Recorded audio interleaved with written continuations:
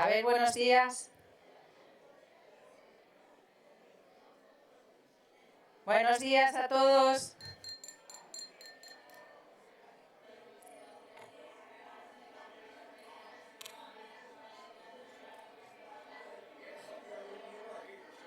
Igual está abajo, perdón.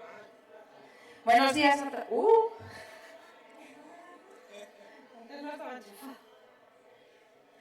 Buenos días a todos. Nos están metiendo muchísima prisa, así que siento que la tengo que meter yo también.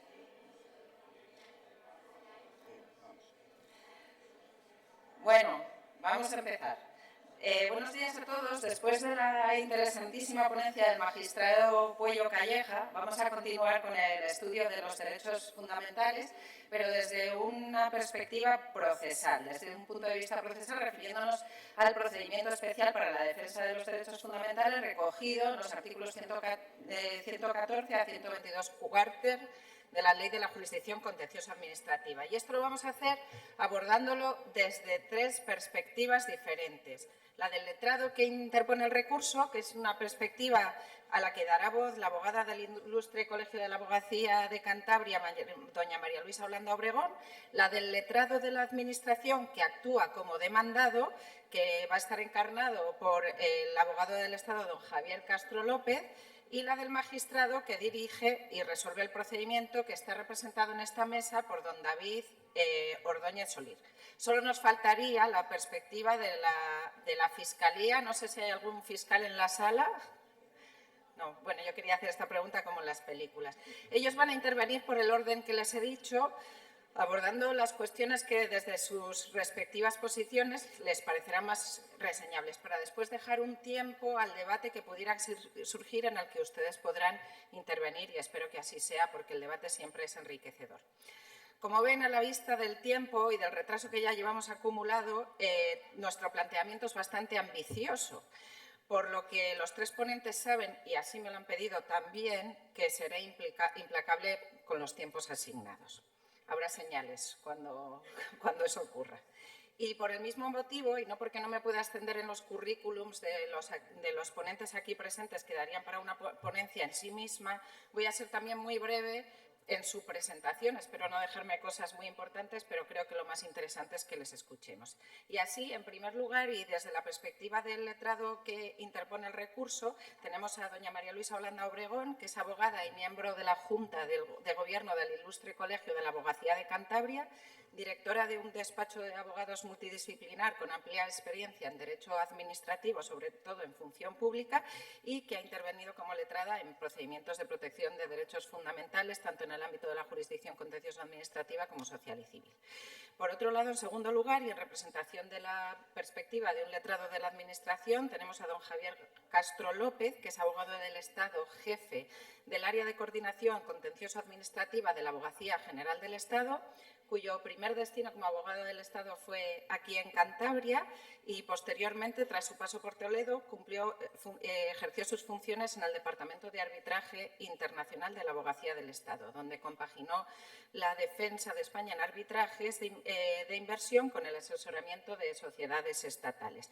Este asesoramiento de sociedades estatales también lo ha compaginado en su posterior plaza en los juzgados centrales de lo contencioso administrativo de la Audiencia Nacional, y en la última etapa, previa a la actual, ha sido abogado del Estado, jefe del Gabinete Técnico del Abogado General del Estado.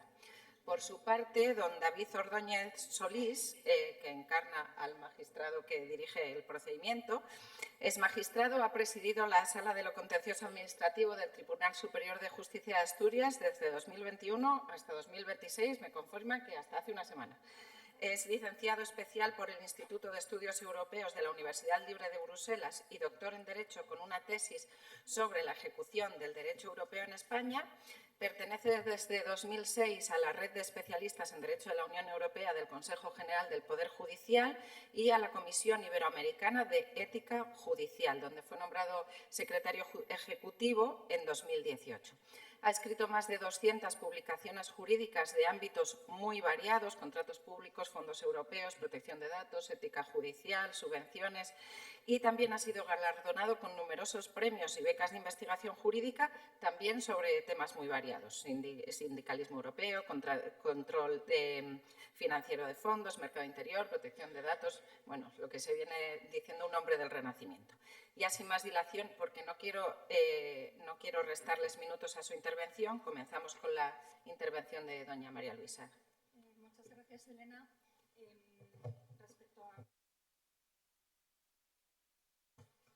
Buenos días. Respecto a mi intervención, yo voy a hablaros del procedimiento especial de derechos fundamentales desde la perspectiva de un abogado. Os he preparado una presentación que, bueno, como tenemos el tiempo muy limitado, como se viene diciendo, y para evitar que la exposición se alargue, os la he subido a un QR en el que también tenéis las sentencias a las que voy a hacer referencia en mi exposición, con lo cual, bueno, pues podéis sacar todo esto de allí y así yo no pierdo tiempo en ir cambiando las diapositivas. Y ya entrando en materia, yo quiero poner en valor la posición de los abogados en este tipo de procedimientos, porque hablar de derechos fundamentales desde la perspectiva del abogado es hablar antes que nada de responsabilidad. Este procedimiento existe en la práctica porque somos nosotros quienes valoramos y decidimos qué es el procedimiento mejor para defender el interés concreto de nuestro cliente.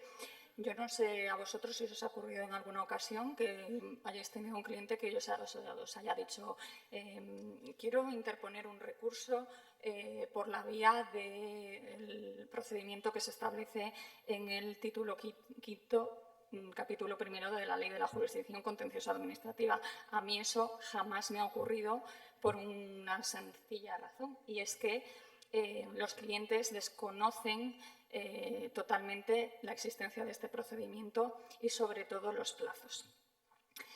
Es un proceso que es un cauce procesal de gran atractivo para nosotros, pues debido a su carácter preferente y sumario podemos obtener una resolución, una sentencia sobre el fondo en un plazo muy breve al que no estamos acostumbrados, normalmente 2 meses, pero si me apuras y si todos los intervinientes actúan diligentemente podríamos tener sentencia en poco más de un mes.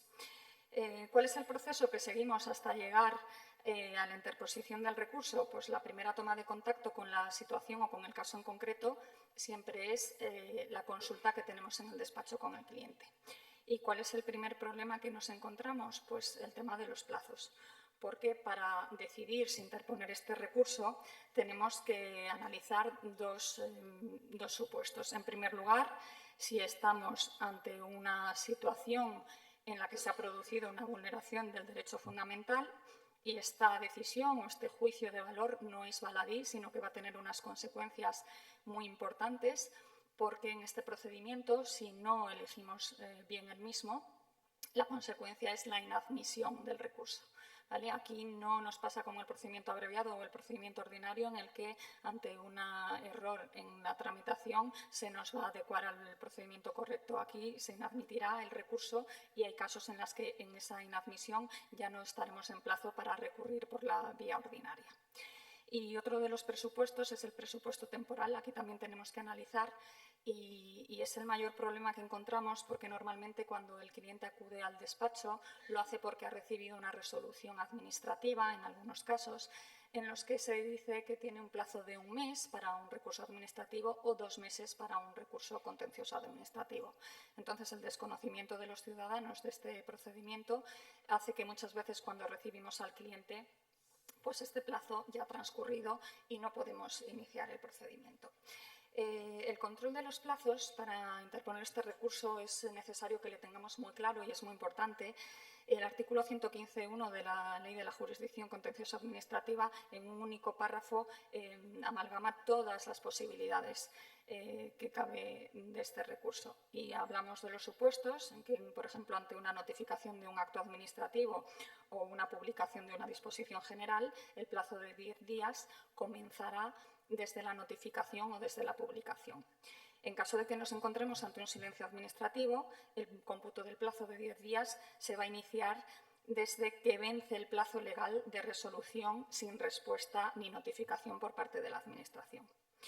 Cuando hay una presentación de un recurso administrativo, que va a ser siempre potestativo, el plazo de 10 días comenzará desde que transcurren 20 desde la presentación del recurso sin contestación. En caso de que hayamos presentado un recurso administrativo frente a esa vulneración de derechos fundamentales, tendremos, y ese recurso haya sido contestado antes del plazo de 20 días, pues ahí empieza otra vez a contar el plazo de 10 días para el recurso. Y si estamos en vía de hecho, tenemos que distinguir dos supuestos. En la vía de hecho, cuando hemos hecho un requerimiento previo, los 10 días se cuentan desde la presentación de ese requerimiento, y si no hay requerimiento previo, habrá que esperar a que transcurran 20 días desde la actuación constitutiva de vía de hecho, y ahí empieza a contar el plazo de 10 días para acudir al contencioso. Ante una inactividad de la Administración, transcurridos 20 días desde la reclamación formulada, se abre ese plazo o el cómputo de los 10 días hábiles. Con lo cual, en este mismo artículo ya encontramos un pequeño truco que podemos utilizar para esos supuestos en los que el cliente se ha presentado en nuestro despacho y resulta que ya se ha transcurrido el plazo de 10 días, porque sí que podemos presentar un recurso de reposición o de alzada y ahí podemos rehabilitar nuevamente los plazos. Una vez que hayan pasado 20 días, tenemos otros 10 para presentar el recurso contencioso. Es importante tener presente que en este procedimiento no resulta aplicable el criterio general según el cual, ante el silencio administrativo, el plazo para interponer el recurso no caduca mientras la Administración no resuelva expresamente. Los tribunales han rechazado esa posibilidad. En concreto, la sentencia del Tribunal Superior de Justicia de Aragón de 1 de marzo de 2013 declaró que existe una regulación específica y diferenciada para el procedimiento especial que excluye la aplicación del criterio general sobre el plazo ante el silencio administrativo. Y en la misma línea, el Tribunal Superior de Justicia de Cantabria, en la sentencia de 4 de marzo de 2016, señaló que la extemporaneidad del recurso especial no vulnera el derecho a la tutela judicial efectiva, pues este derecho debe ejercitarse dentro de los plazos y formas previstos en la ley. Yo con esto, bueno, pues tengo que decir que no estoy de acuerdo y que la labor de los abogados es intentar interponer procedimientos para conseguir que los criterios cambien, y quién sabe si luego, sometiéndolo a debate, podemos conseguir algo de estas jornadas. Es importante también conocer que en el procedimiento especial de derechos fundamentales el mes de agosto es hábil, por lo tanto, una resolución que se notifique o una actuación que vulnera un derecho fundamental que ocurra a finales del mes de julio, no podemos esperar a septiembre porque se nos habría pasado el plazo. Y además tiene otra especialidad, que es que podemos solicitar en casos de urgencia que los días sábados, domingos y festivos se declaren hábiles por el tribunal. Respecto, ya una vez que hemos valorado si vamos a interponer este recurso, nos tenemos que sentar delante del ordenador y hacer el escrito por el que le vamos a iniciar. Es un escrito de interposición que también tiene una especialidad, porque no nos sirve, no nos basta con decir cuál es la resolución que vamos a recurrir o cuál es la actuación que vamos a impugnar, sino que es necesario que expresemos claramente cuál es el derecho fundamental o libertad pública que consideramos que se ha conculcado. Además de ello, tenemos que hacer unas alegaciones sucintas o una pequeña introducción sobre por qué consideramos que la actuación de la Administración ha vulnerado ese derecho fundamental. Y ya avanzado el procedimiento, una vez que tengamos que hacer la demanda, en el suplico podemos solicitar varias cosas. En un primer lugar, podemos solicitar la declaración de nulidad del acto o acto administrativo, disposición o la actuación de la Administración. También debemos solicitar la declaración de vulneración del derecho fundamental concreto y añadiríamos la solicitud de condena a la Administración del abono de una indemnización por daños y perjuicios o por daños morales. En este procedimiento, en la regulación de la ley, no se prevé expresamente la fase de conclusiones. Sin embargo, es algo que yo en mi práctica diaria solicito siempre. Me parece que es algo beneficioso para el demandante. y sí que se tiene que dar lugar a este trámite porque se aplica de manera supletoria al resto del contenido de esta ley para el procedimiento especial de derechos fundamentales. Con esa fase de conclusiones, además, vamos a tener la posibilidad de alegar a las manifestaciones que se hayan contenido en el escrito de contestación a la demanda.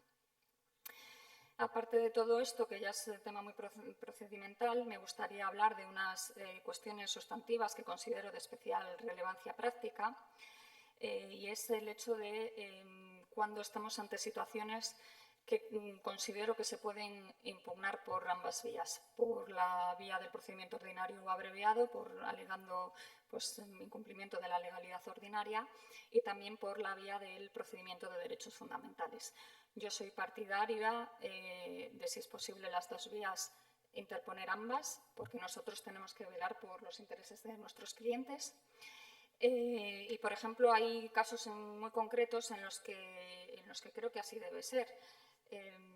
Voy a poner un ejemplo que sucede en varias ocasiones.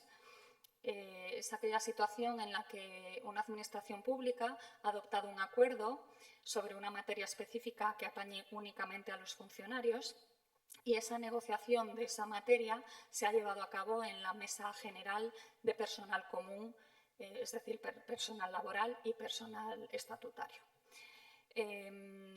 Considero que en este caso está claro que la negociación se ha llevado a cabo por una mesa que es claramente incompetente y, por lo tanto, podremos ir al procedimiento general. Pero en el caso en que nuestro cliente es un sindicato que únicamente tiene representación en la mesa de funcionarios, pues se le ha vulnerado su derecho a la negociación colectiva, a la libertad sindical. Por lo tanto, en ese caso en concreto, podemos interponer el recurso por el procedimiento especial de derechos fundamentales solicitando la declaración de vulneración de este derecho. Por otro lado, respecto al objeto amplio de este procedimiento, considero que aquí no es necesario que siempre haya una resolución expresa, se pueden recurrir resoluciones de trámite, inactividad, vía de hecho, pero también se pueden recurrir bueno, pues ciertas actuaciones que no revisten en sí el carácter de una resolución. Y para poner ejemplo de esta situación, traigo a colación la sentencia del Tribunal Superior de Justicia de Castilla y León de Burgos de 22 de abril de 2024. Esta sentencia analiza un caso en el que 30 agentes de la policía local de un ayuntamiento presentaron idénticas reclamaciones reclamando retribuciones. El ayuntamiento contesta a todos estos agentes en el mismo sentido y el mismo día, y todos ellos presentan una única demanda ante la jurisdicción contencioso administrativa. ¿Qué pasa? Que varios días después de la presentación de esa demanda, el jefe de la policía local lo que hace es reorganizar todos los grupos de trabajos de estos agentes. Se da una reorganización global, absoluta, y algo inédito. Nunca antes en este ayuntamiento se había hecho esto. Sí que se venía atendiendo a modificaciones puntuales, cambiaban algún agente de grupo, pero por pues, quizás motivos de conciliación. Y había otro hecho que llevaban a cabo en el ayuntamiento, que era permitir que los agentes que venían de localidades lejanas y que vivían en la misma localidad tuvieran el mismo horario para que pudieran compartir vehículo. Entonces, aquí se presentó un recurso por vulneración de derechos fundamentales, entendiendo que aquí se estaba vulnerando el derecho a la tutela judicial efectiva en la vertiente de la garantía de indemnidad, y el Tribunal Superior de Justicia de Castilla y León efectivamente determinó que así era, aunque no haya una resolución en concreto, sino lo único que había era una información colgada en el tablón de anuncios en el que el jefe de la policía hacía estas modificaciones. Se acabó determinando que efectivamente se estaba vulnerando un derecho fundamental. Quiero hablaros también de un supuesto importante de acoso, que es la situación de acoso laboral, y con esto voy a acabar porque ya me estoy yendo de tiempo y no sé cómo. Bueno, pues en este supuesto yo suelo utilizar una herramienta muy buena, al menos a mí me parece que es muy buena, que nos la facilita el artículo 2e de la Ley Reguladora de la Jurisdicción Social. y es que cuando una administración pública está incumpliendo la normativa de prevención de riesgos laborales, tenemos la posibilidad de acudir a la jurisdicción social y no al procedimiento especial de derechos fundamentales en el contencioso por acoso laboral. ¿Cuál es la peculiaridad? Que en la jurisdicción social no podremos pedir en el suplico que se condene por acoso laboral, pero sí podremos pedir que se condene a la Administración porque ha incumplido esa normativa de prevención de riesgos laborales al no poner límite al acosador o al no haber puesto medidas para evitar esa situación de acoso que ha provocado una lesión en el funcionario. Aquí tenemos muchas ventajas al llevárnoslo a la jurisdicción social, en primer lugar, porque con carácter general esta jurisdicción es mucho más garantista con el trabajador y el funcionario que la jurisdicción contenciosa administrativa. El plazo para reclamar es de 1 año y no de 10 días como en la jurisdicción contenciosa. Y luego tenemos otra cosa, que no peleamos nada más que contra la Administración, porque a mí en la práctica, y me gustaría que luego alguien interviniera y nos explicara si le ha sucedido alguna vez que el Ministerio Fiscal en un procedimiento de derechos fundamentales haya informado a favor de la existencia de esa vulneración de derechos fundamentales. A mí en concreto no me ha ocurrido nunca, siempre me han informado en contra. Y respecto a todo lo demás, pues hay una única cuestión que tengo que abordar y voy a pasar muy por encima de ella, es el tema de la indemnización. No consigo entender cómo en la jurisdicción contenciosa administrativa hay que acreditar esa lesión para que haya una sentencia condenatoria por indemnización, mientras que ya en la jurisdicción social está más que visto. Y en relación con esto hay un auto del Tribunal Supremo de 22 de marzo de 2024 en el que ha admitido a trámite un recurso de casación por este motivo de un funcionario que alega que hay muchas sentencias de la jurisdicción social que dice que ante una vulneración de derechos fundamentales siempre se ha de establecer una indemnización aunque no haya ni siquiera informe médico o pericial que así lo acredite, y que por qué en la jurisdicción contenciosa administrativa no está ocurriendo esto. Con esto termino. Disculpa que me haya pasado. Lo siento mucho. Yo aquí la directora. Y así, sin solución de continuidad, damos traslado a don Javier Castro para que haga alegaciones al escrito de demanda. Muchas gracias, Elena. Gracias, María Luisa.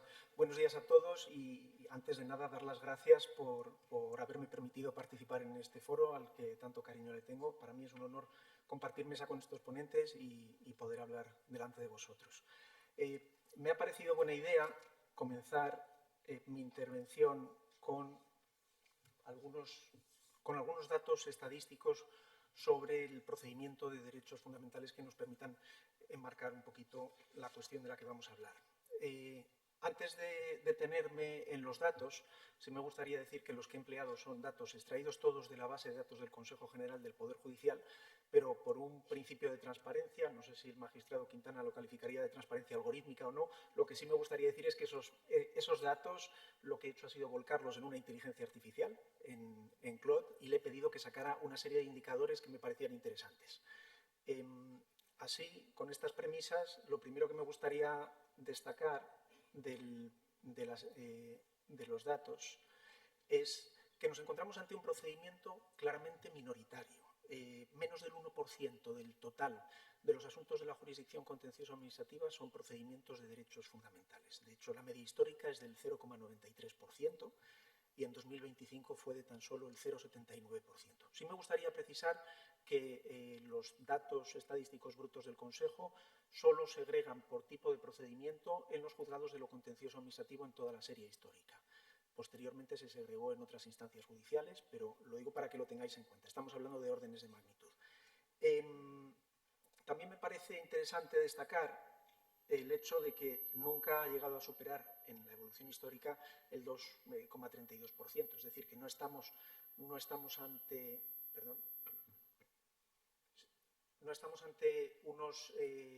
unos porcentajes que hayan ido descendiendo con el tiempo, sino que se han mantenido de una manera más o menos constante a lo largo de toda la serie histórica. Por otro lado, nos encontramos ante un procedimiento que en términos absolutos tampoco representa un volumen significativo. Estamos hablando de una media de unos 840 asuntos al año y el pico que se alcanzó en la serie fue de 1938 asuntos y fue además por una casuística muy particular que hubo en el País Vasco en relación con una problemática con el gobierno vasco. También me gustaría señalar que se trata de un procedimiento que en términos comparativos tiene una tasa muy alta de desestimación de las pretensiones de los recurrentes. Así como podéis ver en la gráfica, se sitúa el procedimiento de derechos fundamentales consistentemente en sus tasas de desestimación por encima de la tasa de desestimación de los procedimientos ordinarios y del resto de procedimientos, perdón. Y por tanto, vemos que es un dato también consistente a lo largo del tiempo. Ha alcanzado incluso picos de desestimación en la serie estadística histórica del 76%, con lo cual estamos hablando de unas tasas de desestimación bastante elevadas. Esto sí que me gustaría dar mi opinión sobre por qué se puede estar produciendo. Creo que puede haber varios motivos, pero principalmente puede responder a que la prueba sobre el elemento fundamental en los procedimientos de derechos fundamentales, valga la redundancia, no siempre es sencilla. Y, en segundo lugar, porque quizás en algunos casos, y enfatizo en algunos casos, se pueda estar haciendo un uso inadecuado de este procedimiento por parte de los recurrentes, con lo cual eso inevitablemente debe desembocar en una desestimación, cuando no una inadmisión. Y sobre las inadmisiones también me gustaría dar algún dato, precisando también que no son datos segregados por tipo de procedimiento, pero de nuevo nos pueden dar un orden de magnitud. Si os fijáis, la tasa global de inadmisión en el orden contencioso administrativo es del 5,9% en 2025, con picos históricos que han llegado hasta el 12-16% en algunos momentos. Fijaos en el pico de inadmisiones que se produjo entre los años 2007-2010, coincidiendo también con la subida de asuntos en el ámbito contencioso administrativo, que coincidió a su vez con la crisis económica. En fin, está todo muy relacionado, pero sí que me parecía interesante dar este dato. Entonces, si nos encontramos ante un procedimiento que en términos absolutos no se utiliza mucho, que tiene una tasa de desestimación alta, ¿por qué se aconseja a los clientes acudir a este tipo de procedimiento? Bueno, pues la ventaja clara que tiene este procedimiento frente a otros es su agilidad.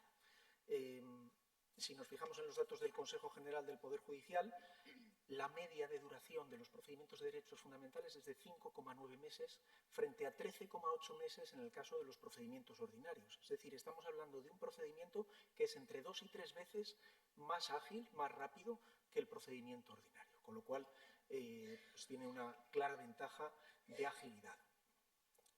Conclusiones de esta información. Bueno, también enseñaros que consistentemente a lo largo del tiempo el procedimiento de derechos fundamentales, como es lógico, ha sido un procedimiento más breve que el procedimiento ordinario o el procedimiento abreviado. Conclusiones, pues estamos ante un procedimiento marginal en volumen, extraordinariamente rápido y con una alta tasa de desestimación. Con estos datos estadísticos me gustaría ahora hablar de cuáles son las principales ventajas e inconvenientes o limitaciones del procedimiento de derechos fundamentales. Ya hemos dicho, y no me detendré más en ello, que estamos ante un procedimiento más ágil. Agosto es hábil, los plazos son más cortos, no es necesario agotar la vía administrativa, la agilidad es evidente y, por tanto, no me detengo. Pero tiene una primera limitación en la que sí merece la pena detenerse, y es que el ámbito de cognición de estos procedimientos tiene sus particularidades. La puerta de entrada a este procedimiento, o la puerta de entrada a un procedimiento exitoso, exige una prueba muy concreta sobre la afectación al derecho fundamental de que se trate. Y aquí es importante que engarcemos con la jurisprudencia del Tribunal Constitucional sobre cuándo se ve afectada o qué se considera la parte esencial de un derecho fundamental. Hay una sentencia del Tribunal Constitucional que no por antigua es poco útil en este sentido, que es la sentencia del Tribunal Constitucional 11/1981 sobre el derecho de huelga, que en este sentido lo que hace es precisar dos elementos a los que debe atenderse para poder examinar si se ha producido o no esa afectación al núcleo de ese derecho fundamental. En primer lugar, el elemento de recognoscibilidad. Es decir, es necesario que se haya visto afectada aquella parte del derecho que lo hace recognoscible frente a terceros. Y, en segundo lugar, el elemento de finalidad. Si en la parte de la que se ha visto privada el demandante se ve afectada aquella que busca precisamente el derecho a proteger, aquel elemento que constituye el interés jurídicamente protegible según el derecho fundamental. Bueno, pues si se consigue probar satisfactoriamente esos dos elementos, estaremos ante una pretensión que prospere en la jurisdicción contencioso-administrativa. Existen otra serie de riesgos derivados de la utilización de este procedimiento que conviene tener presente en el caso del letrado de la parte actora para valorarlos a la hora de escoger la mejor vía, en el caso del letrado público para también tenerlos en cuenta de cara a decidir cuál es la mejor defensa. El primero de ellos es el riesgo que yo calificaría como estratégico. Seamos conscientes de que el tiro, por así decir, tiene que ser muy preciso en estos procedimientos. Y si erramos en el tiro, por muy rápido que vayamos a obtener una sentencia, va a ser una sentencia que no nos va a dar la razón. Y supongo que nadie tiene especial prisa en llegar a donde no quiere llegar. Así que es importante que valoremos bien esa cuestión. La sentencia, por supuesto, va a generar un efecto de cosa juzgada que nos va a perjudicar en cualquier actuación posterior y además deja al descubierto la estrategia que pueda tener la parte actora, con lo cual el potencial efecto sorpresa que podría tener el demandante lo pierde si utiliza inadecuadamente esta vía para el caso de que no se le haya cerrado una vía ulterior por el hecho de que los actos recurribles hayan ganado firmeza. Otro elemento que también me parecía interesante destacar es que la Administración tampoco se está allanando todos los días en los procedimientos judiciales, pero lo cierto es que allanarse o que el letrado público levante la mano y diga, oiga, Administración, este puede ser un caso en el que podría tener sentido allanarse, es incluso más complicado en el caso de los procedimientos de derechos fundamentales. ¿Por qué? Bueno, pues ya lo he explicado, por el núcleo de decisión del procedimiento. Estamos ante una cuestión eminentemente valorativa. ¿Se ha visto o no afectado ese núcleo del derecho fundamental? Pues es una cuestión en la que es muy difícil que el letrado público se dirija a la Administración y diga, oiga, en este caso sí que se ha producido esa afectación al núcleo esencial del derecho fundamental, tramitemos un allanamiento para evitar una sentencia estimatoria. Hay otro elemento sobre el que ya ha hablado María Luisa y por tanto pasaré un poco de puntillas, y es las implicaciones que tiene en el procedimiento la brevedad de los plazos. Ya hemos visto que la principal ventaja de este procedimiento es la rapidez, pero esa rapidez trae consigo una serie de problemas. Como decía María Luisa, se dispone de 10 días para interponer el recurso contencioso administrativo, alguno más en función de la estrategia que despliegue el abogado, pero en definitiva estamos hablando de un plazo muy breve. Y ese plazo muy breve es un plazo en el que además el abogado tiene que hacerse una perfecta composición del lugar de qué es lo que ha ocurrido para poder invocar correctamente el derecho fundamental afectado y el fundamento por el cual se ha producido esa infracción del derecho fundamental. Porque de no hacerlo, y ya se ha apuntado, corremos el riesgo de encontrarnos con una inadmisión del recurso contencioso administrativo. A este respecto, cito a título de ejemplo un auto de la Audiencia Nacional de 12 de septiembre de 2024, sección séptima, que nos recuerda que el hecho de cumplir rigurosamente con este trámite de interposición no es una cuestión puramente formal o rituaria, sino que puede tener consecuencias muy graves para el procedimiento judicial. También se da la circunstancia, que ya apuntó María Luisa, de que normalmente no hay información sobre el plazo. O el cliente no tiene esa información, porque normalmente el plazo que conoce el cliente es el que se le notifica en la resolución, que es el plazo ordinario de recurso, el del artículo 46, y de repente se encuentra con que a lo mejor cuando llega pues ya se le ha pasado el plazo. Esta es, por tanto, una cuestión a la que nosotros como letrados públicos también tenemos que estar especialmente atentos. ¿Qué dies acuo se ha utilizado? ¿Cuándo ha transcurrido el plazo de 10 días? Se trata de una cuestión en la que no me detendré más, pero vamos, que sí que me gustaría enfatizar que el letrado público debe prestar especial atención a estas cuestiones. Y otra cuestión central es la falta de agotamiento de la vía administrativa. ¿Y por qué digo que es central? Porque aquí cambian todas las reglas del juego. Y como letrados públicos, pues me imagino que os habréis visto en esa situación en la que de repente uno tiene que coger un procedimiento de derechos fundamentales y no sabe muy bien ni por dónde empezar. Porque tenemos a un demandante que dice que se ha vulnerado un derecho fundamental, no hay ningún tipo de tramitación en vía administrativa, miento. Hay una solicitud, porque tiene que haber al menos algún tipo de solicitud ante la Administración, pero no se ha desarrollado ningún tipo de actuación por parte de la Administración Y no solo tenemos que decir que está bien la actuación de la Administración, sino que tenemos que poder acreditar o contrarrestar la prueba de contrario sobre por qué no se ha producido una vulneración de un derecho fundamental. Por tanto, tenemos un expediente incompleto o incluso inexistente. Pilla totalmente a la Administración con el pie cambiado. Implica dificultades probatorias. ¿A qué órgano administrativo nos dirigimos? ¿Quién es el responsable de este procedimiento? ¿Quién me puede facilitar documentos que en un momento dado pueda aportar yo? Y tiene también implicaciones en la competencia judicial, porque no tenemos una resolución expresa que marque la competencia objetiva del órgano correspondiente y, en consecuencia, lo que ocurre en muchas ocasiones es que de estos procedimientos de derechos fundamentales acaba resolviendo el órgano judicial que no es el natural. Es el caso, por ejemplo, en el ámbito tributario de un procedimiento de gestión con una liquidación tributaria que vulnera algún derecho, o que la actuación de la Administración se considera que ha vulnerado algún derecho fundamental, de lo cual acaba conociendo el TSJ correspondiente, cuando a lo mejor, de haberse agotado la vía administrativa, se habría visto que se trata de un acto del que tendría que haber conocido el Tribunal Económico Administrativo Central y, por tanto, la Audiencia Nacional, de modo que acaba conociendo un órgano judicial distinto del que en principio conocería de esta clase de cuestiones. Y ya voy a ser muy rápido porque no me quiero pasar de mi tiempo, pero sí destacar algunos aspectos procedimentales de interés. El primero de ellos es que el trámite de inadmisión reviste sus particularidades.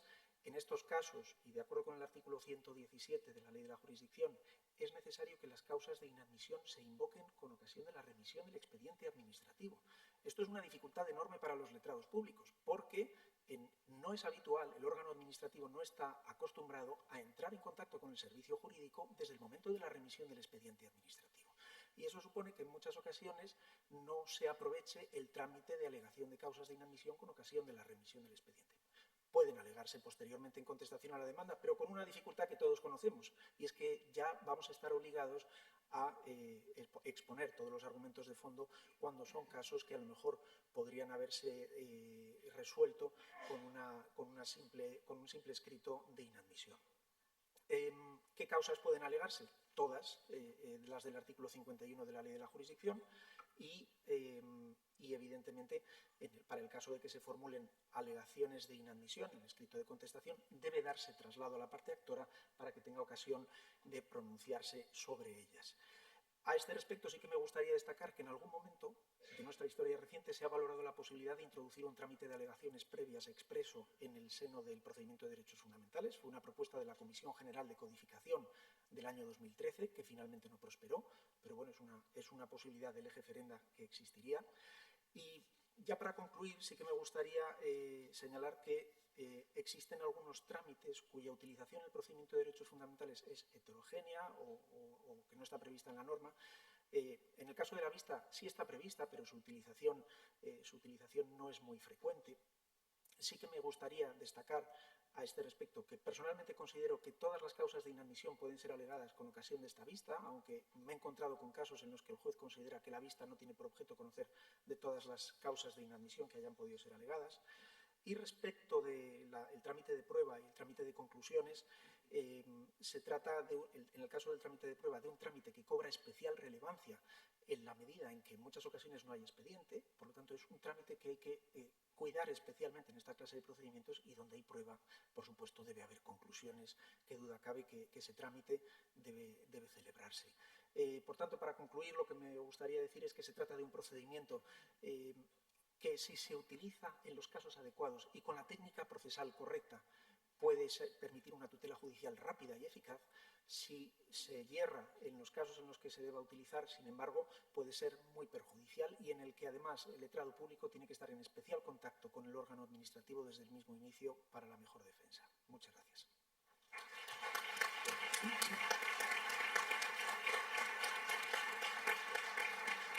Bueno, muchas gracias, Javier. Además, se nota que eres opositor porque has clavado el tiempo, ¿eh? Así que seguro que has estado con el cronómetro en casa. Bien, y ahora, pues como siempre, la última palabra la tiene el magistrado Ordóñez Solís, que estamos deseando escucharle. Muchas gracias, Elena. Gracias, presidenta Castanedo y querida Esther. Gracias, director general Fernando de la Fuente. me gustaría agradecer a todos, pero sobre todo quiero agradecer a quienes me han invitado la magnífica, el placer que he tenido de colaborar con este equipo para preparar la intervención. Yo solo quiero hablar de tres cuestiones, una del presupuesto, o los presupuestos del procedimiento para iniciar esto, otro sobre los aspectos procedimentales y quería comentar un caso. Sobre la primera cuestión, quiero decir algunas obviedades, pero yo creo que es importante subrayarlo. La primera es que el juez de Derecho Público es un juez de los derechos fundamentales. Y como juez de los derechos fundamentales tenemos 3 puntos de referencia importantes, constitucionales, para seguir con la conferencia anterior. Tenemos el Convenio Europeo de Derechos Humanos, interpretado por el Tribunal Europeo de Derechos Humanos de Estrasburgo, la Constitución Española, interpretada por el Tribunal Constitucional, y la Carta de Derechos Fundamentales de la Unión. Es necesario utilizar bien estas fuentes y utilizar bien estos criterios jurisprudenciales. Por ejemplo, nuestro Tribunal Constitucional no lo hace muy bien. Lo hace muy bien, y que no se me olvide decirlo, la sensibilidad especial que hemos visto hoy en los dos miembros jóvenes del Tribunal Supremo, no dejan ninguna duda de que está habiendo un cambio digamos, generacional y en la propia jurisprudencia del Tribunal Supremo. La segunda cuestión es una cuestión topográfica, es decir, aquí estamos hablando de un procedimiento pensado solo para unos derechos fundamentales determinados, simplificando, del 14 al 30, pero no otros. ¿Cuál es el problema? Que hay una conexión interna entre todos los derechos y hay derechos que adquieren nuevas dimensiones. ¿Quién le iba a decir a uno que iba a ir con su ordenador a Hacienda para explicar algo y que la agencia tributaria intenta retenerle y le retiene el ordenador? Y entonces ahí se aplica, sí, se aplicaría alguno de esos derechos del artículo 14 al 30. ¿Qué ocurre? Que hay otros derechos que no están previstos que no son susceptibles de amparo. ¿Qué pasaría si pasásemos lo que ahora es el artículo 33 al artículo 20 y tantos o 10 y tantos, derecho de propiedad? Imagínense desde el punto de vista del derecho tributario, lo que significaría una revolución. Por tanto, topográficamente es muy importante que esté entre el 14 y el 30, porque, por ejemplo, el Tribunal Europeo de Derechos Humanos ha utilizado por la vía, digamos, indirecta, la vida privada y familiar, para introducir todos los derechos relacionados con el medio ambiente. Entonces, eso es importante. Y hay otra cuestión que es también para situar, es decir, en la distribución interna de asuntos de los tribunales, por ejemplo, el Tribunal Supremo tiene distribuido pues, la sección segunda tributario, sección tercera, cuarta, etcétera, pero derechos fundamentales se lo asigna a la sección cuarta. Con lo cual, esto que teníamos, si lo presentamos, la retención del ordenador por la agencia tributaria no iría a la sección segunda de tributario, sino iría a la sección cuarta. Por ejemplo, en nuestra sala, en Oviedo, es la sección primera la que tiene encomendado eso, y entonces vería cuestiones que materialmente correspondería a la sección segunda. Eso es una cuestión que hay que tener en cuenta. Y la tercera aspecto de esta primera parte de presupuestos es la estadística. Las estadísticas que daba ahora Javier coinciden con mi pequeña estadística, por ejemplo, de una sala media como es la de Oviedo. El porcentaje que tenemos de derechos fundamentales, de utilización de esta vía, es menor del 1%, con lo cual coincide. En la sala de Oviedo, de unos 1.000 recursos, tuvimos en 2025 10 procedimientos de derechos fundamentales. Satisfacción extraprocesal se produjeron 2, con lo cual es interesante. Desestimaciones 3, y entonces desestimaciones en derecho a la huelga, en servicios mínimos, un derecho en materia de funcionarios interinos. Eran en 4 asuntos, no en 3. Y luego estimaciones se produjeron en otros 4 asuntos, 3 en derecho a la educación y 1 derecho de la asociación. Por tanto, coincide y es importante ver, obviamente estoy hablando del artículo 27, del artículo 28, todos relacionados con el artículo 14 y el artículo 23 en materia de igualdad de acceso a la función pública, etcétera, etcétera. Y no de otras cuestiones. El segundo aspecto que quiero tratar es los aspectos procedimentales de interés. Lo que interesa el procedimiento especial es por la sumariedad y la preferencia. Y esto hay que tenerlo en cuenta, la preferencia sí en el tiempo. Pero, por ejemplo, vamos a una sala como la de Oviedo y dos asuntos que empiezan en noviembre, uno el 11 de noviembre y otro el 5 de noviembre, uno de derechos fundamentales y otro de procedimiento ordinario. En materia, el primero, derecho a la huelga en las escuelas infantiles, derechos fundamentales, y el otro, estabilización de interinos. Resulta que la sentencia se dicta en derechos fundamentales 153 días después y en materia del procedimiento ordinario se dicta 187 días después, con lo cual tampoco hay tanto decalaje. Es verdad que hay que examinar cómo va cada sala y actuar en consecuencia. Y eso es una función que ustedes dentro de la administración, con sus clientes, tienen que verlo. En cualquier caso, y lo ha dicho bien la abogada María Luisa, el escrito de interposición se expresará con precisión y claridad el derecho o derechos cuya tutela se pretende. Es algo sencillo, no lo compliquemos. Es decir, un procedimiento de derechos fundamentales de 100 hojas me parece que no tiene sentido. Y luego hay un aspecto importante que sí yo tengo por mi experiencia, por la experiencia de mis compañeros, y lo tenemos muy en cuenta. La limitación de la cognición. Eso quiere decir que nos vamos a tener estricta y exclusivamente a si ha habido o no violación del derecho fundamental. Es verdad, y lo dice la ley, lo dice la jurisprudencia, que la delimitación entre lo que es constitucional y lo que es legal, pues no está bien determinado. Y es verdad que hay ámbitos borrosos, pero aquí podemos cometer un error, porque en un procedimiento ordinario tenemos abierto toda la panoplia de motivos, de impugnación, etc. En derechos fundamentales, no. Y recuerden que hemos delimitado del 14 al 28. Lo que no esté ahí no puede seguir esta vía. Por eso lo de las inadmisiones es una trampa. Hay un aspecto que sí me quería recordar. La prueba. La prueba es la gran olvidada en el contencioso administrativo. Y yo creo que a veces es esencial la prueba.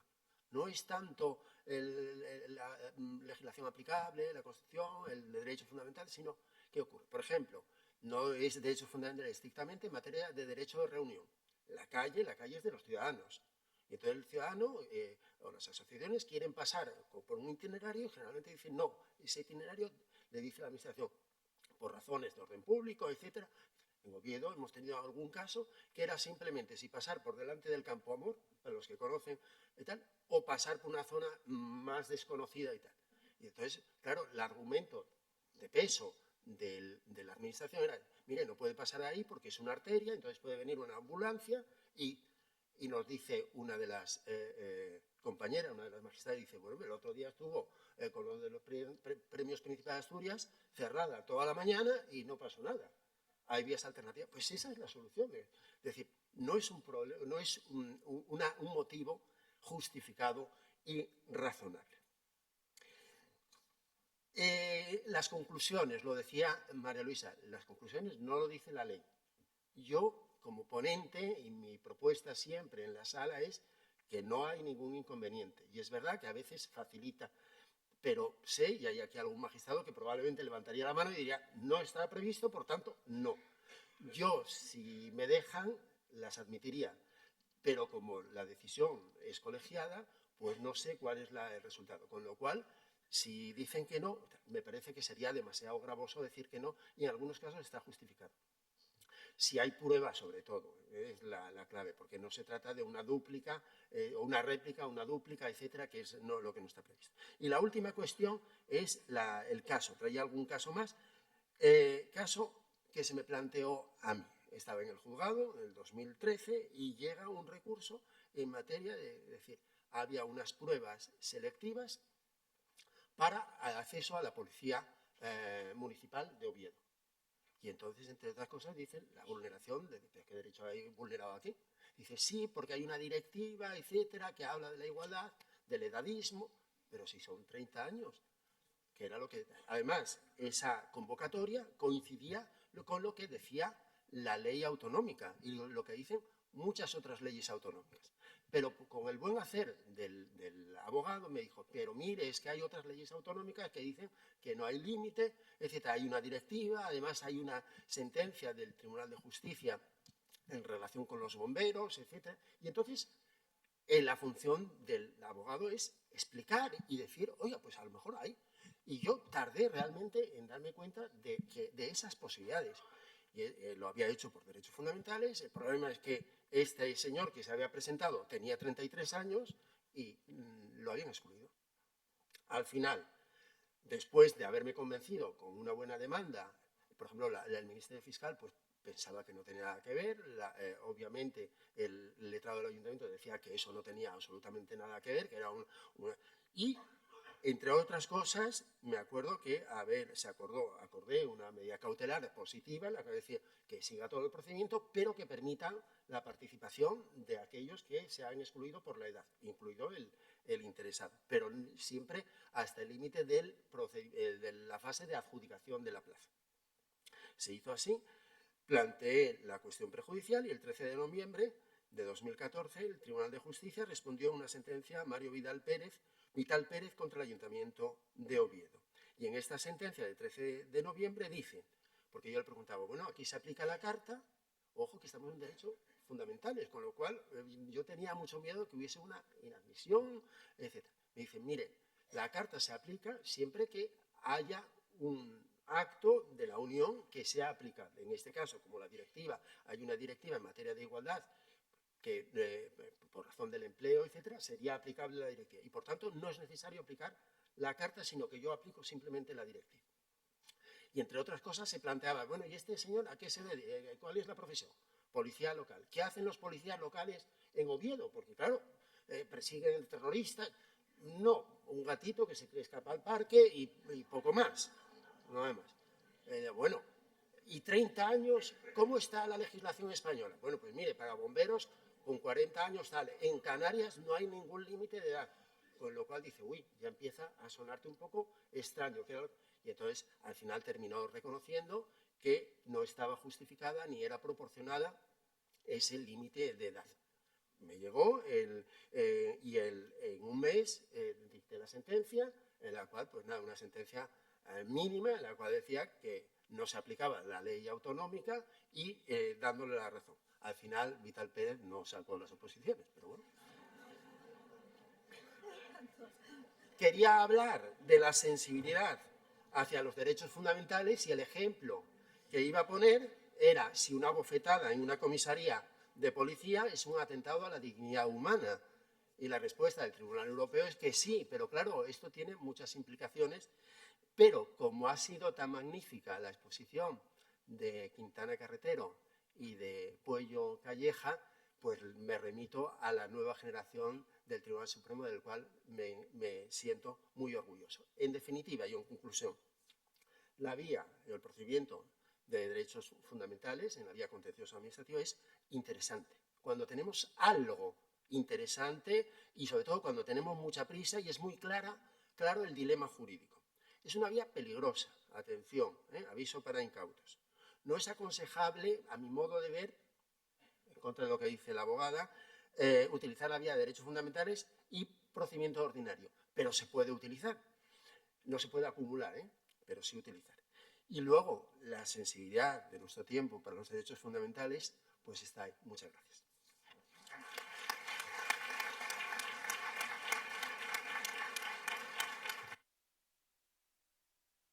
Bueno, pues ahora, gracias a que todos los ponentes han sido tan ajustados en el tiempo, podemos tener un tiempo de debate. Mientras se levanta la mano, que espero que ahora ya la empiece a levantar todo el mundo rapidísimo, yo quería mostrar mi acuerdo con la dificultad que tenemos los letrados de la Administración con el hecho de que las alegaciones de inadmisión estén previstas para hacerlas con el envío del expediente, porque nosotros es que en ese momento no hemos tenido casi ni conocimiento de que existe el procedimiento. Nos han venido, nos han enseñado una carpetita, ¿no? Esta te va a venir, pero no, ¿no? Y luego, además, la especialidad que hay en este procedimiento, que yo creo que los órganos administrativos que mandan el expediente no se han dado cuenta respecto al resto de los de procedimientos ordinarios, que es que no solamente mandan el expediente electrónico, sino también que lo pueden acompañar de los informes y datos que estimen procedentes, que eso no se establece en la regulación ordinaria. Insisto, yo creo que el órgano administrativo que envía el expediente no se ha dado ni siquiera cuenta de eso, pero eso también nos podría poner en serias dificultades si mandaran informes hechos ad hoc sin haber consultado también al letrado de la Administración. Respecto de las estadísticas, yo no tengo estadísticas tan exhaustivas como las que habéis presentado. Sí que he hablado con una fiscal de aquí de Cantabria que me dice que en este año se ha duplicado el número de procedimientos por derechos fundamentales en Cantabria. Tampoco sé cuál va a ser la suerte estimatoria o desestimatoria. Lo que sí sé es que en mi mesa estoy teniendo mayor volumen de expedientes de derechos fundamentales y yo lo que veo es que a la hora de plantearlos a veces no se están dando cuenta de que el planteamiento de este tipo de procedimientos es un arma de doble filo por lo que decimos del carácter restrictivo de la cognición. A mí me parece que muchas veces falta ese juicio de relevancia que ha de hacerse entre la vinculación del incumplimiento de la legalidad, que sí que se puede alegar en este tipo de procedimientos, con una efectiva vulneración de un derecho fundamental. Oye, yo es que soy un sindicato y es que te he pedido información y no me la has dado. Bueno, pues oye, primero tendré… Y es que es el derecho de libertad sindical y sí que te lo invocan, claro, ¿no? Pero es, bueno, primero, el derecho de libertad sindical, cualquier derecho fundamental no es un derecho en términos absolutos porque puede entrar en conflicto con otros derechos también fundamentales, ¿no? Pues yo qué sé, el derecho de protección de datos, por ejemplo. Pero luego es que tú me tienes que decir, primero, si tenías derecho a obtener esa información y segundo, si la falta de esa información efectivamente ha vulnerado tu derecho a la libertad sindical en un sentido amplio. ¿Necesitabas esa información para el ejercicio de tus funciones como sindicatos? ¿Puedes obtener esa información de alguna otra manera? ¿No? Y eso es lo que me parece que falta a veces. No sé si, como te he cortado, María Luisa, no sé si quieres decir algo de lo que tenías previsto decir, porque veo que no se está animando el auditorio. No, Sí, perdón, mira, hay una pregunta, perdón. Sí, buenas tardes o buenos días. Soy Ana Barreira, directora del Instituto Internacional de Derecho y Medio Ambiente, y tenía una pregunta para Javier Castro. La verdad es que desconozco esta sentencia del Tribunal Constitucional del año 81 que comentabas sobre la prueba, ¿no? Y hablabas de que tenía que probarse una afección. Es lo que he entendido, no sé si he entendido mal. Pero quería que me comentaras, porque bueno, mañana se va a hablar también de medio ambiente y la doctrina reciente del Tribunal Europeo de Derechos Humanos, incluso los recientes pronunciamientos de los tribunales internacionales en opiniones consultivas han dejado claro que el derecho a un medio ambiente sano es un derecho y que está por encima incluso pues, de otros derechos. Y yo creo que por esa vía también pueden aumentar los casos y el uso de este procedimiento especial de derechos fundamentales. Pero mi pregunta es, ¿la afección quiere decir que se tiene que producir el resultado? Porque, por ejemplo, la doctrina de los relatores especiales de las Naciones Unidas sobre Derechos Humanos y también la doctrina de los tribunales, no solo el europeo, de otras cortes regionales de derechos humanos, especifican, al menos que es el ámbito que yo conozco, en temas ambientales, que solamente se produzca un riesgo. No se tiene que producir, es como en el delito contra el medio ambiente, que solo el mero hecho de que se produzca ese riesgo no tiene que haber un resultado. Entonces, no sé cómo es esta sentencia del año 81, que creo que también es muy antigua comparado con el desarrollo actual. Gracias. Ana, muchas gracias. Me viene muy bien esta pregunta porque he pasado de puntillas por ese tema cuando a lo mejor habría merecido la pena tratarlo con un poquito más de detenimiento. Lo que quería decir al citar esa sentencia es que daba unos mimbres básicos para construir la argumentación jurídica. Y hablaba, es la sentencia que trata el derecho de huelga.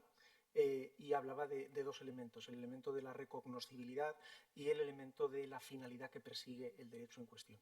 Lo que no me había dado tiempo a decir antes, y aprovecho a comentar ahora, es que en realidad estos mimbres para lo que tienen que servir es para luego adentrarse en la jurisprudencia constitucional de cada uno de los derechos fundamentales y en base a los rasgos que esa jurisprudencia constitucional haya definido de cada uno de los derechos fundamentales, hacer ese análisis. Digamos que esta es la entrada metodológica.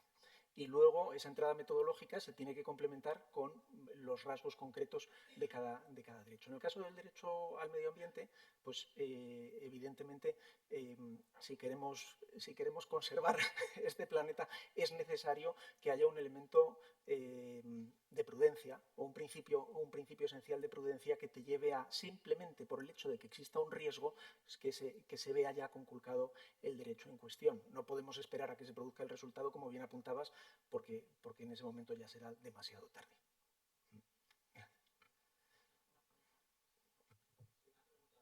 Sí. Ahora le van a alcanzar el micrófono.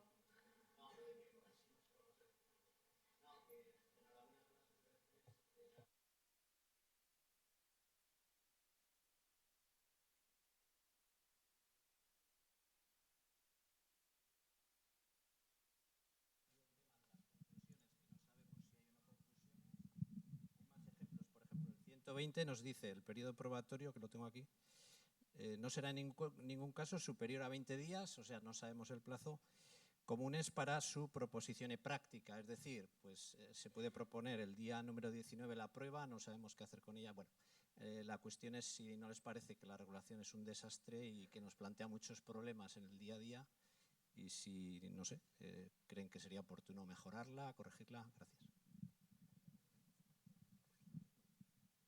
Gracias, Carlos, por la...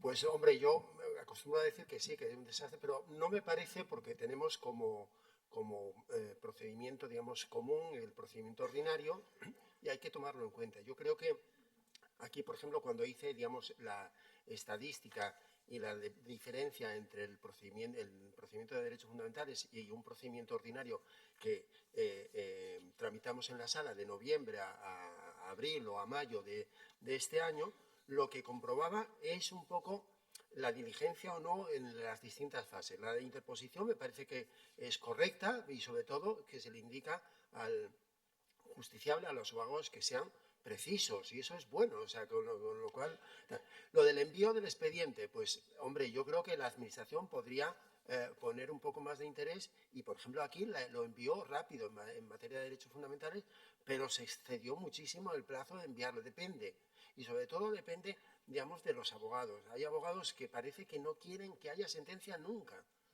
y entonces, pero es verdad, es decir, yo, cuando hay codemandados, se amplía la cosa como 6 meses o más. Es decir, yo creo que la virtud de la ley, de nuestra ley de la jurisdicción contenciosa, es que es muy sencilla y que la hemos aplicado y se aplica bastante bien. Lo único que es demasiado laxa. Lo de la demanda y la contestación, bueno, no le vamos a quitar lo de los 20 días, que está bien y tal. Lo del Ministerio Fiscal funciona porque es muy sencillo, muy tal. Lo de la prueba, la prueba cuanto antes se celebre y está, pero el problema, y nos lo comentaba antes el magistrado del Tribunal Supremo, Puyo Calleja, nos decía, hombre, que no es un problema se deduce de cada demanda, entonces hay algunas que requieren muchas pruebas, etcétera, pero no... lo de las conclusiones yo lo comprendo porque a veces, claro, en materia de derechos fundamentales no tienen las conclusiones escritas, entonces se ven un poco como vendidos, ¿no? Porque sale la administración con otra, sale por peteneras, ¿no? Entonces, yo creo que... Y a veces les gusta a los abogados utilizar las conclusiones, pero claro, hay que utilizarlas bien, porque yo, por ejemplo, yo creo que tu experiencia es la misma, conclusiones que reproducen la demanda. Pero bueno, eso ya, no, hombre, conclusiones es para fijar los hechos, aspectos y tal, como si no leyésemos. Recuerden, creo que hay una ley, no sé cómo se llama, es lo que lee un juez es inversamente proporcional a lo que escribe el abogado. No existe, ¿eh? Y nunca lo he dicho, ni yo lo reconozco, pero ténganlo en cuenta. Entonces, 100 páginas de demanda, que se quejaba aquí el director general, 100 páginas para medidas cautelares, 100 páginas para conclusiones. No va bien las cosas, eso no está bien, no lo entiendo. Entonces, mi idea es que no está mal, porque mi idea es sobre todo que las cosas avancen, que queremos poner sentencia. Y entonces hay que poner sentencia. Entonces, eso. Yo creo que no está mal la regulación. Está mal la utilización. A ver, yo lo que creo es que sí queda un lugar a un poco de inseguridad jurídica, ¿no? Porque la aplicación supletoria de las normas del procedimiento ordinario, pues a veces no se compadecen con la celeridad que se está persiguiendo con este procedimiento especial. Ocurre, por ejemplo, sin ir más lejos, lo que hablábamos de la aplicación del artículo 54.2, de, vale, yo voy a pedir la suspensión para allanar. ¿Puedo pedir la suspensión para allanar? ¿Esa suspensión va a ser de 20 días? ¿Me la vas a reducir proporcionalmente? Quiero decir, pues está un poco al albur del sentido común del juzgador y de las partes, yo creo, ¿no? La última. Me ha dicho la directora, la codirectora, que vayamos acabando, así que una última. Carlos, sí.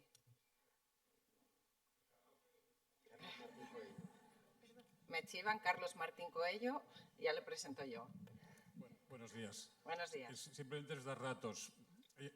En cierta ocasión en la Universidad de Zaragoza fue un alumno a pedirle al profesor Quintana, que hay aquí personas que lo conocen, que hiciera una tesis doctoral sobre la sociedad comandaitaria por acciones. Y entonces el profesor Quintana se le quedó mirando y le dijo: ¿cuántas se creen ustedes que han aprobado el año pasado, se han constituido en España de sociedades comandaitarias por acciones? El problema del proceso especial de derechos fundamentales, que hay algunos casos muy divertidos, yo he tenido que editar algunas cuantas sentencias al respecto, pero hay que tener en cuenta dos cosas, que ha cambiado mucho desde que se modificó la regla cautelar de suspensión, porque se utilizaba el mecanismo para obtener la suspensión cuando se simultaneaban el ordinario y el especial, con lo cual, y es lógico, es técnica de abogado elegir el momento mejor correspondiente, y por tanto luego se solicitaba que se trasladara. Y luego los problemas a la hora de resolver, básicamente, es que estamos hablando de derechos fundamentales, pero no todos los derechos fundamentales son igual de fundamentales o igual de derechos. Es decir, no es lo mismo los derechos de la primera generación que los derechos que tienen un componente prestacional asociado. Por ejemplo, demanda de derechos fundamentales porque el derecho a la educación incluye que haya comedor o no en la escuela. Es decir, eso es un derecho fundamental que es de los que el elemento, digamos, el sustrato importante es de carácter prestacional. Y, consecuentemente, eso genera otros problemas más de configuración legal, de materias conexas, que de alguna manera desvirtúan.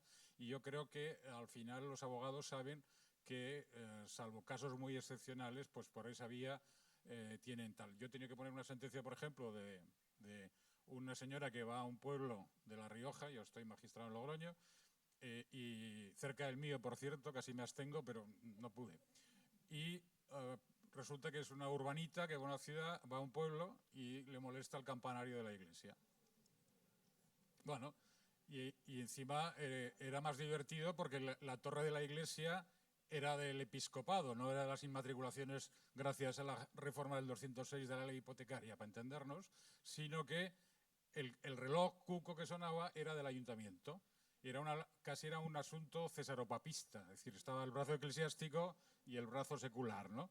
Y entonces, ¿hasta qué punto esto entra por esa vía, por el derecho